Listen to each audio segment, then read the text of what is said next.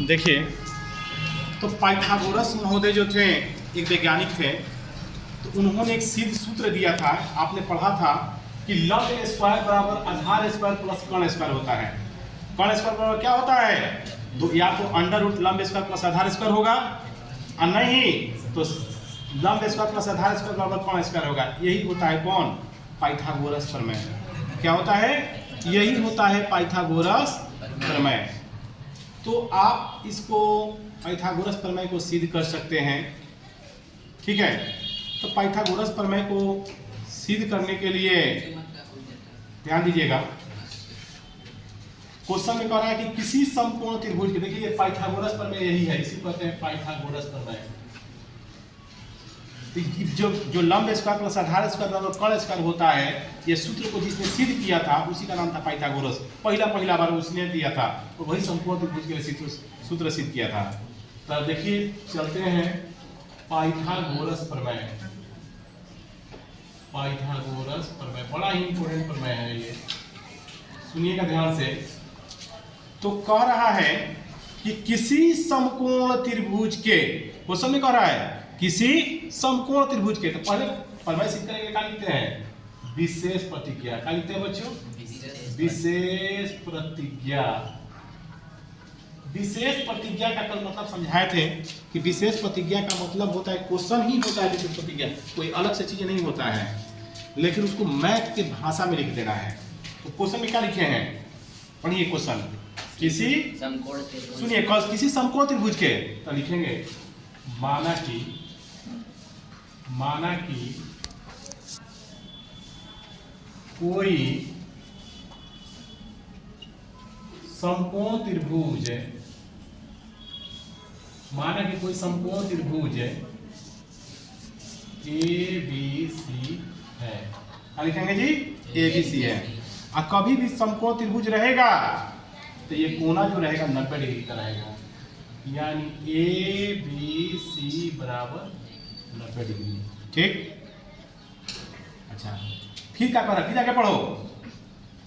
त्रिभुज के कर्ण का वर्ग अन्य दो भुजाओं के वर्गों के योग के बराबर होता है। सुनिए, सिद्ध करना है क्या जी? सिद्ध करना है तो त्रिभुज कर्ण का वर्ग अन्य दो भुजाओं के वर्गों के योग के बराबर होता है, यानी कर्ण जो होता है, कर्ण का वर्ग का मतलब ये होता है, कर्ण कौन में है बताइए? कर्ण कौन है? AC है। और आधार कौन है? ABC। यानी लंब स्क्वायर प्लस आधार स्क्वायर बराबर कर्ण स्क्वायर, क्या होगा? AC square. ये सिद्ध करना है, यानी AB square plus BC square बराबर AC स्क्वायर, यही सिद्ध करना है आप लोग को। इसके लिए एक रचना करते हैं। क्या करते हैं बच्चों? रचना। तो रचना में हम क्या करेंगे? लंब डालेंगे। क्या डालेंगे बच्चों? लंब। BD क्या डालेंगे? BD, यानी इसमें लंबा एक रेखा खींचेंगे। ये आधार हो गया। लंब का मतलब क्या हुआ? देखिए, लंब का मतलब ये हुआ, एक कलम हो गया, एक पे से खड़ा है, उसको क्या कहेंगे? लंब है। क्या है बच्चों? लंब है। इसी को ऐसे भी करिएगा तब वो लंब कहेगा, ऐसे भी करिएगा तब वो लंबे कहेगा ना, चाहे ऐसे भी करिएगा तब वो लंबे कहेगा। तो ये ऐसा ही है, ये लंब है, ऐसे का है, ये लंब है, ऐसे ना। और ये कोना जो बन रहा है यहाँ पे 90 डिग्री का, 4 से 90 का कोण कितना आएगा? 90 का, ठीक है। तो रचना में लिखेंगे BD लंब डाला AC पे, यानी BD लंब है AC पे, ये लंब है। ये कोना और ये कोना 90 डिग्री का है। कितना का है बच्चों? 90 डिग्री का है। चलिए प्रमाण देंगे। प्रमाण में सिद्ध करने के लिए देखिए पहले क्या करेंगे? दो यहाँ पे कोई इसमें कौन त्रिभुज है बताइए तो? 3 गो है, एक बड़ा, एगो ये, एगो ये, है कि नहीं? तो लिखेंगे त्रिभुज, जैसे भी हो आप समझ के याद करके, जैसे भी हो ये कंप्लीट कर लीजिए। त्रिभुज ABC तथा त्रिभुज ADB में, देखिए कैसे कैसे हम करेंगे। तो ये त्रिभुज बड़ा वाला और ये वाला, बड़ा का और छोटा में चल रहे हैं, छोटा वाला में, ए डी बी में और बड़ा वाला ए बी सी में। ठीक, तो संगत कोण हमेशा बराबर होते हैं। देखिए हमें पहले कौन है, ए है, इसमें ए है, बी है, इसमें कौन है, डी है, यानी इसमें बड़ा वाला त्रिभुज का बी और छोटा वाला कौन, डी 90 डिग्री। यानी देखिए लिखेंगे आई बी फर्क है डी के बराबर, ए के बराबर, तो लिखल जी ए के बराबर का है। जब ए आ जाएगा देखो पहिलका के बराबर है, इसको कहेंगे उभयनिष्ठ। क्या कहेंगे बच्चों, उभयनिष्ठ। जब दोनों जो चीज आएगा उसको क्या कहते हैं, उभयनिष्ठ या कॉमन। पहिलका के बराबर कोण ए बराबर ए, कोण बी बराबर डी, क्या लिखो जी, कोण बी बराबर डी, इसको कहते हैं समकोण। क्या कहते हैं बच्चों, समकोण। अच्छा, तो किसी त्रिभुज का मात्र दो कोना भी बराबर हो जाएगा तो त्रिभुज क्या हो जाएंगे, समरूप। क्या हो जाएंगे, समरूप मतलब एक जैसा। तो त्रिभुज ए बी सी समरूप है त्रिभुज ए डी बी के, इसको कहते हैं हम एंगल। क्या कहते हैं, एंगल। त्रिभुज ए बी सी समरूप हो जाएगा त्रिभुज ए डी बी के। जब दो त्रिभुज समरूप हो जाएंगे तो इनकी संगत भुजा क्या होगी, अनुपातिक होती है। क्या होती है, अनुपातिक।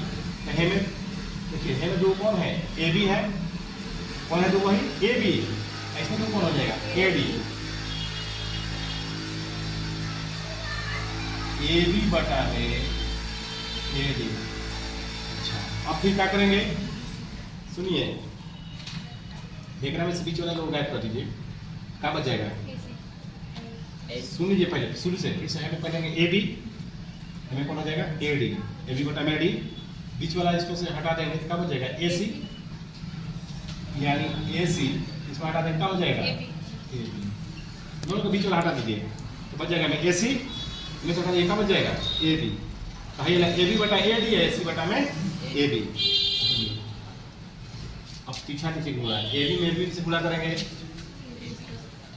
ए बी स्क्वायर, एडी में एसी से गुणा करेंगे, एसी इंटू एडी, समीकरण है। एक मतलब क्या होगा, एबी बटा एडी का, एबी बटा एडी का मतलब यह हुआ कि बड़ा वाला त्रिभुज का एबी और छोटा वाला का ही मतलब एडी। बड़ा वाला त्रिभुज मतलब एबी होगा, छोटा वाला में एडी होगा।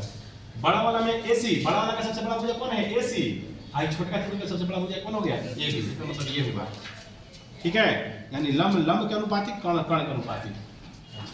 इस समीकरण एक हो गया। अब चलेंगे जिस प्रकार हाई बड़ा हाई छोटा में चल रहा है, इस प्रकार हाई बड़ा हाई छोटा में चलेंगे।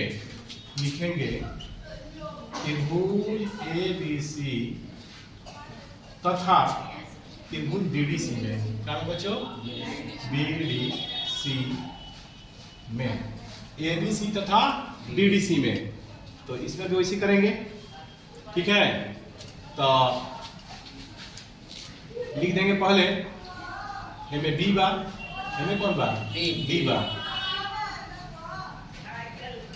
तो बी हमें बी का मतलब हमें है 90 डिग्री, हमें है 90 डिग्री, बी बराबर डी के, ठीक है।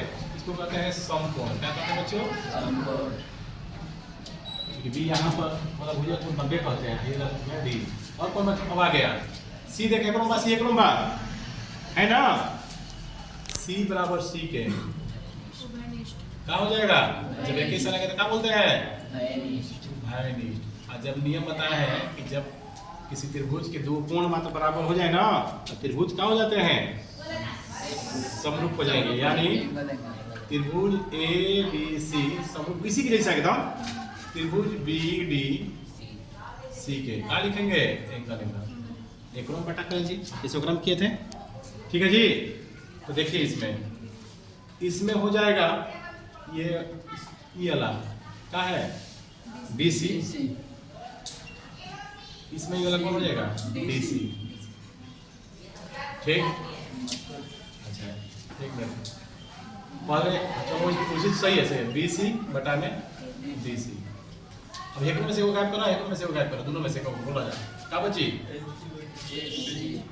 ए सी, ठीक। पीछा तीछे गुणा करेंगे, बीसी बीसी गुणा करा, बीसी स्क्वायर, एसी में डीसी से गुणा करा, एसी इंटू डीसी, ठीक। समीकरण। तो समीकरण 1 हो गया, ये समीकरण 2 हो गया। तो देखिए क्या करेंगे अब हम यहाँ पे, अब लिखेंगे समीकरण 1 हम 2 को जोड़ने पर, समीकरण 1, 2 को जोड़ने पर,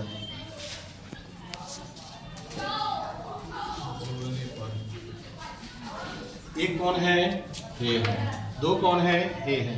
तो हाई वाला और हाई वाला एक से जोड़ेंगे, क्या हो जाएगा, AB स्क्वायर BC स्क्वायर, यानी पहिलका के साथ दूसरा का के साथ, क्या हो जी, AC into AD plus AC into DC. दूसरा के साथ है AC into DC. AC into DC। देखिए हाई वाला एक साथ, हाई वाला एक साथ। देखिए आ गया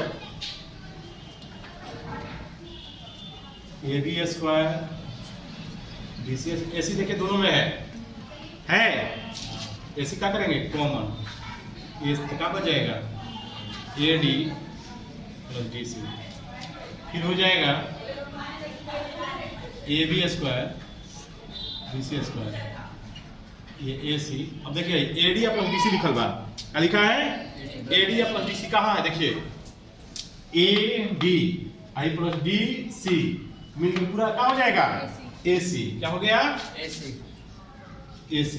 अब देखिए यहाँ पर AB square plus BC square, AC में पूरा करेंगे AC स्क्वायर, यही चीज लाना था ना, यानी मैंने प्रूफ कर दिया।